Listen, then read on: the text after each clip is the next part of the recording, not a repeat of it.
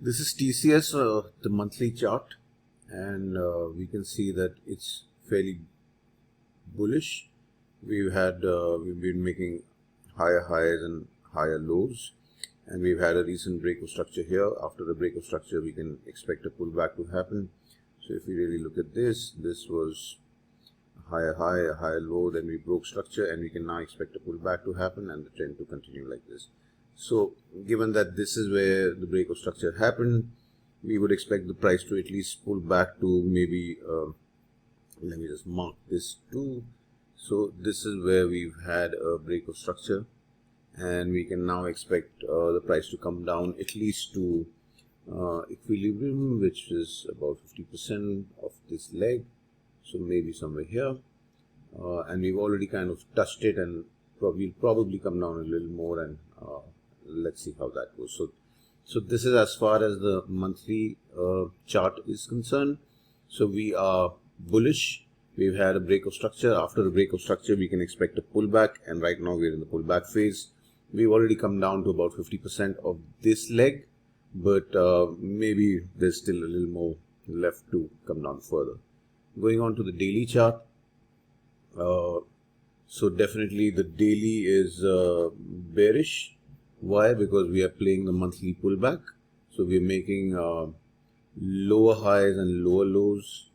So this is our latest lower low, and we expect this trend to kind of continue. So this is, and once we kind of finish the pullback, then I expect the price to go up. So this is as far as the daily is concerned. Any particular zones that are there? So one is obviously this huge zone over here. This is a daily demand.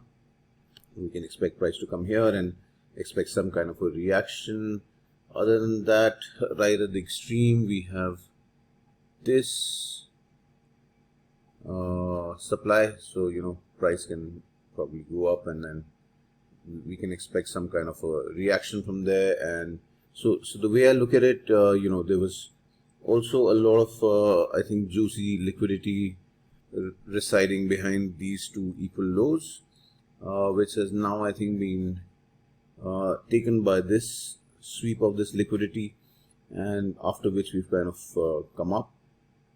Does this mean that this is the end of the pullback? I won't know for sure, but I'll be more confident that the pullback is over if I see, if we have this high being taken out, then that'll give me a lot more confidence that yes, the pullback phase is over.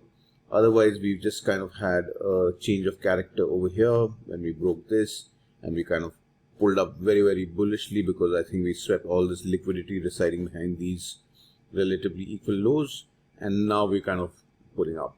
Of course, as we came here, there was this huge doji here, which probably had a bit of supply. So when we came here, we kind of reacted, and we're now kind of just meandering along and wondering what to do further. So this is as far as the daily chart is concerned. Now, as an option seller, what can I do? So if we look at TCS on the volatility scale as far as the monthly chart is concerned, if we just look at, this is a tiny utility app that we have where we can monitor the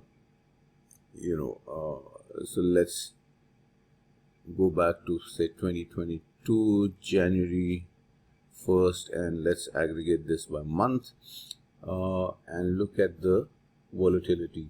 So as you can see, this blue one is a max range. Let me for the moment toggle this off.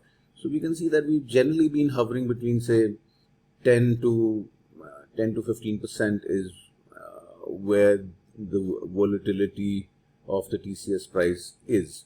So if we now again go back to our chart over here, considering that we're currently trading at about 3800, so about 10% is 380, or let's say 400. So if we sell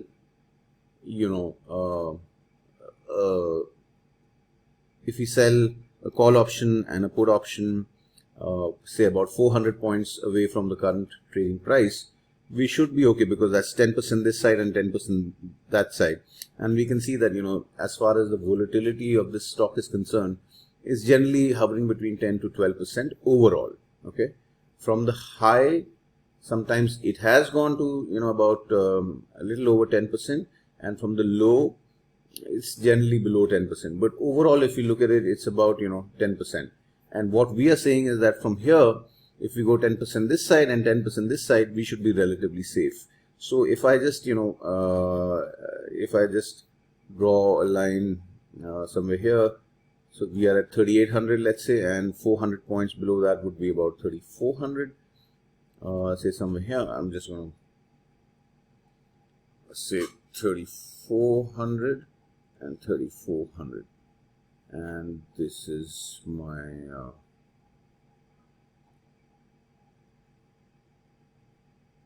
sorry, this is, yeah. So we are saying that we are kind of hovering over here, and on the upside, we are, so 3800 plus 400 is about 4200. So let's say 4200. Okay, cool. And this would be okay. So what we're basically saying is that as long as the price remains within these two till the time the month expires, we should be fine. So you know, we could buy a call option here and put option here, and that should see us in good stead.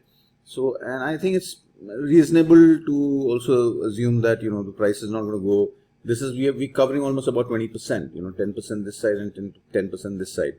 And as we have seen, the prices generally, you know, in a month stays below 14% for sure so far.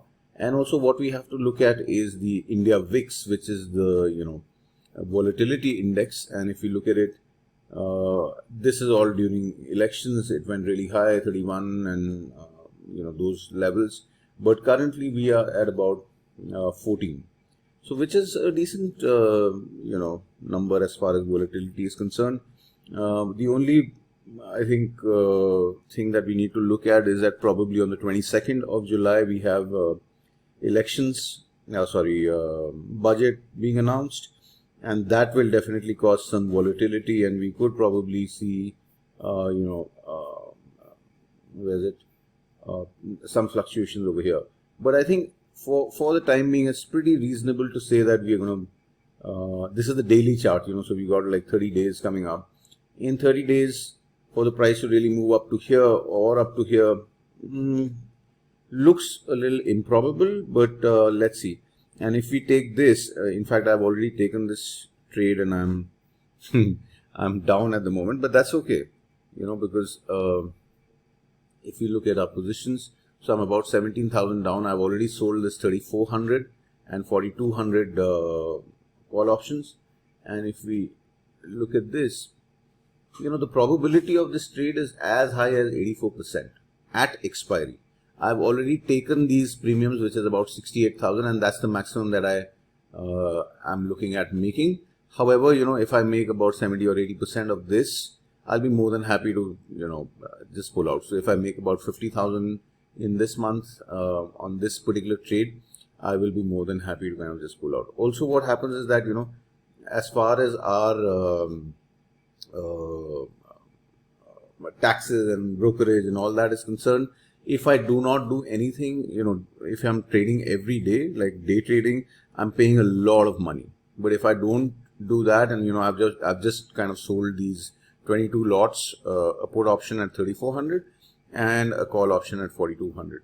So if I, you know, by expiry, I am looking at making 68,000 in case the price doesn't really move anywhere. But in case it does, and you know, we are left high and dry somewhere, then we need to carry out some adjustments too.